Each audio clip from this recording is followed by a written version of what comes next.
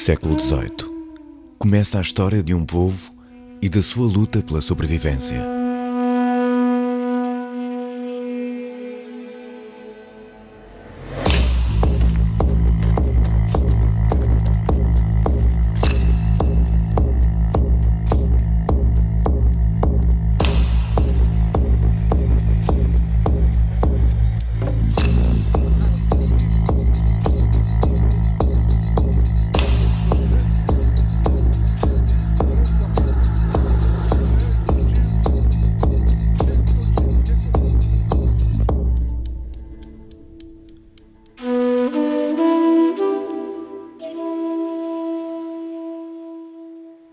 Gente rude, sofredora, que procurou melhores condições de vida, que desejou uma terra para si, para cultivar, para sobreviver.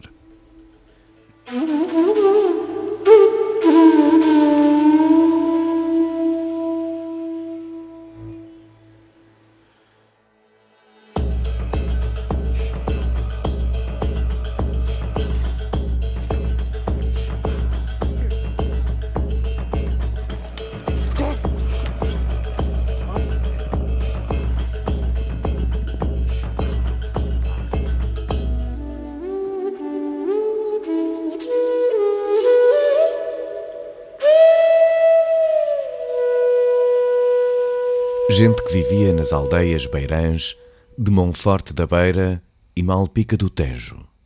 Aldeias que se encontravam densamente povoadas.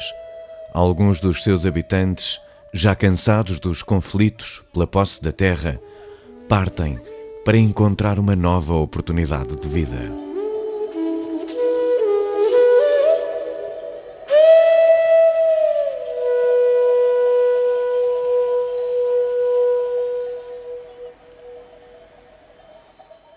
Vêm a instalar-se nos extensos maninhos junto ao rio Tejo, entre Monforte da Beira e Rosmaninhal.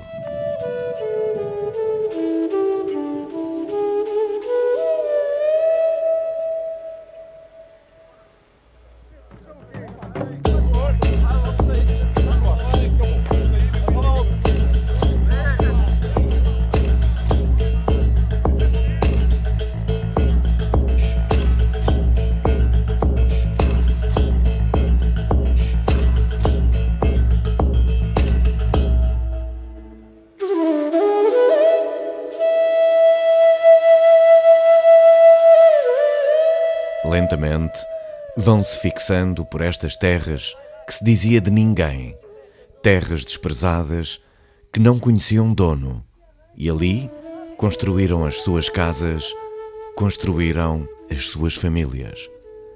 Agregados humanos para nova oportunidade de vida, de sobrevivência que este local poderia garantir à custa de muito trabalho, de muito suor.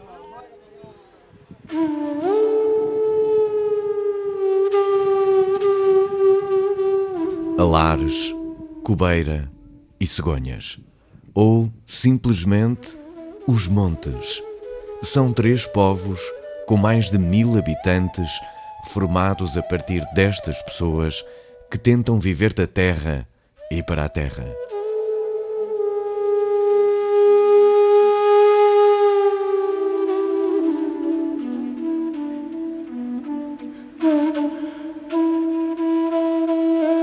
A sua vida é feita de muito suor, de trabalho árduo, passado entre uma vasta zona de cultivo e estes pequenos aglomerados. Uma nova oportunidade de vida tinha surgido e, apesar do profundo isolamento, o crescimento e progresso dos monteses foi-se tornando uma realidade.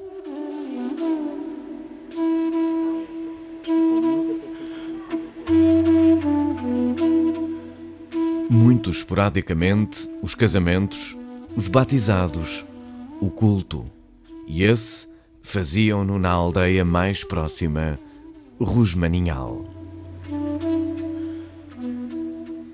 O enriquecimento destas gentes não tardou e foi muito notado pelos rosmaninheiros.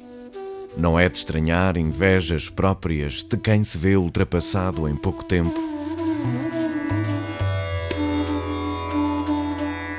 1849. Estas terras revelam ser uma notável fonte de riqueza. E eis que surge o homem que reclama para si a sua posse, o proprietário, José António Mourão, ou simplesmente Visconde Mourão.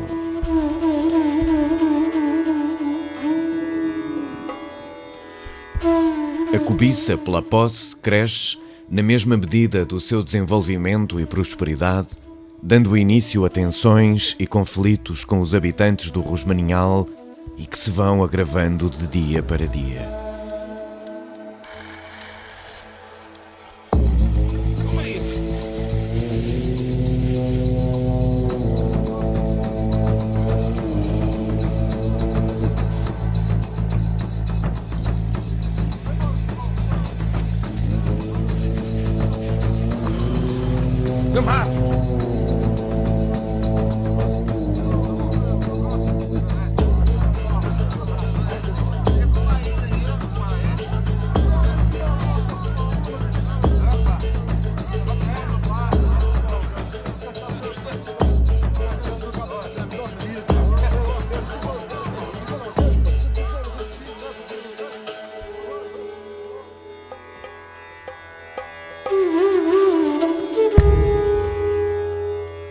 Surgem aqueles que tencionam representar e aconselhar os povos, os que veem aqui a oportunidade de obter lucro fácil.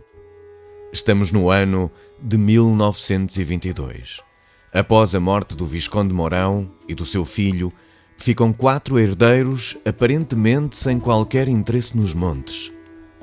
28 de outubro de 1922.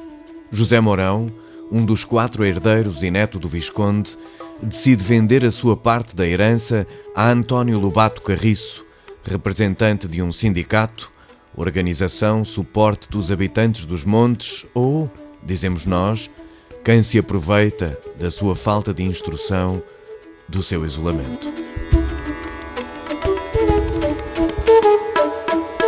6 de outubro de 1923, um ano depois, a declaração de guerra.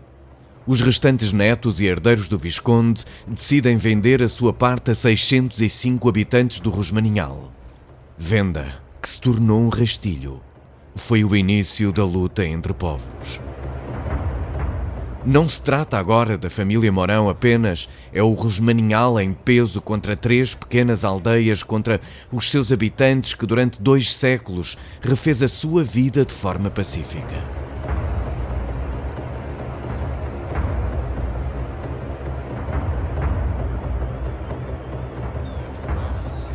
7 de outubro, um dia após a escritura, mais de 3.000 habitantes do Rosmaninhal caminham em direção aos alares.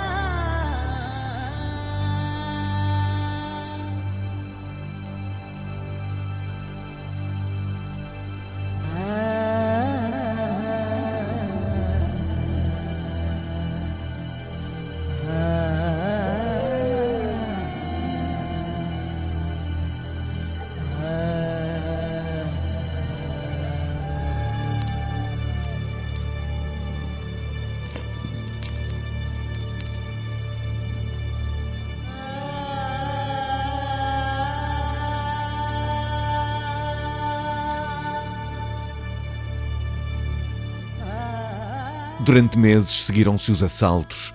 Homens, mulheres e crianças perseguidas e espancadas pelos do Rosmaninhal.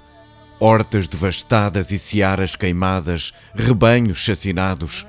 Os habitantes dos montes defendiam-se como podiam.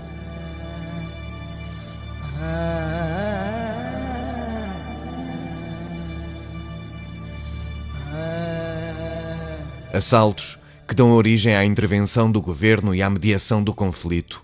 Coronel Alfredo de Sá Cardoso, ministro do Interior, ordenou um forte reforço militar que se vem a instalar na vila do Rosmaninhal, por ironia, como se fosse este povo a precisar de proteção.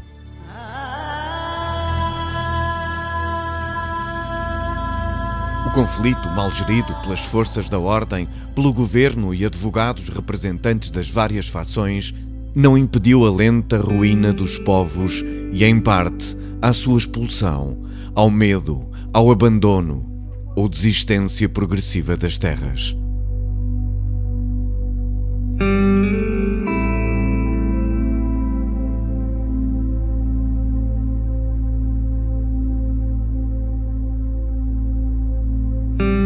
Alguns dos monteses regressam às suas origens, Monforte da Beira, Malpica do Tejo. Outros fazem surgir novas aldeias, Cegonhas Novas, Soalheiras e Coto dos Correias.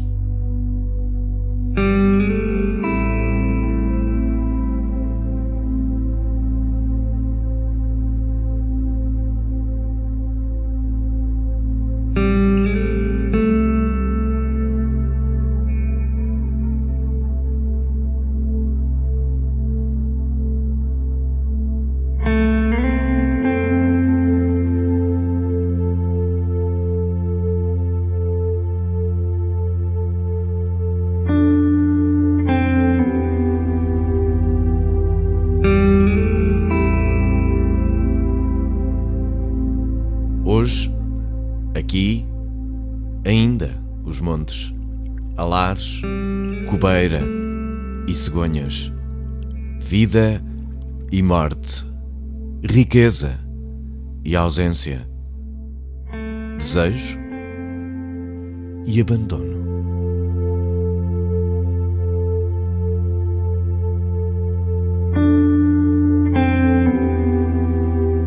Outrora disputados, agora ruínas, invocando a redescoberta da história.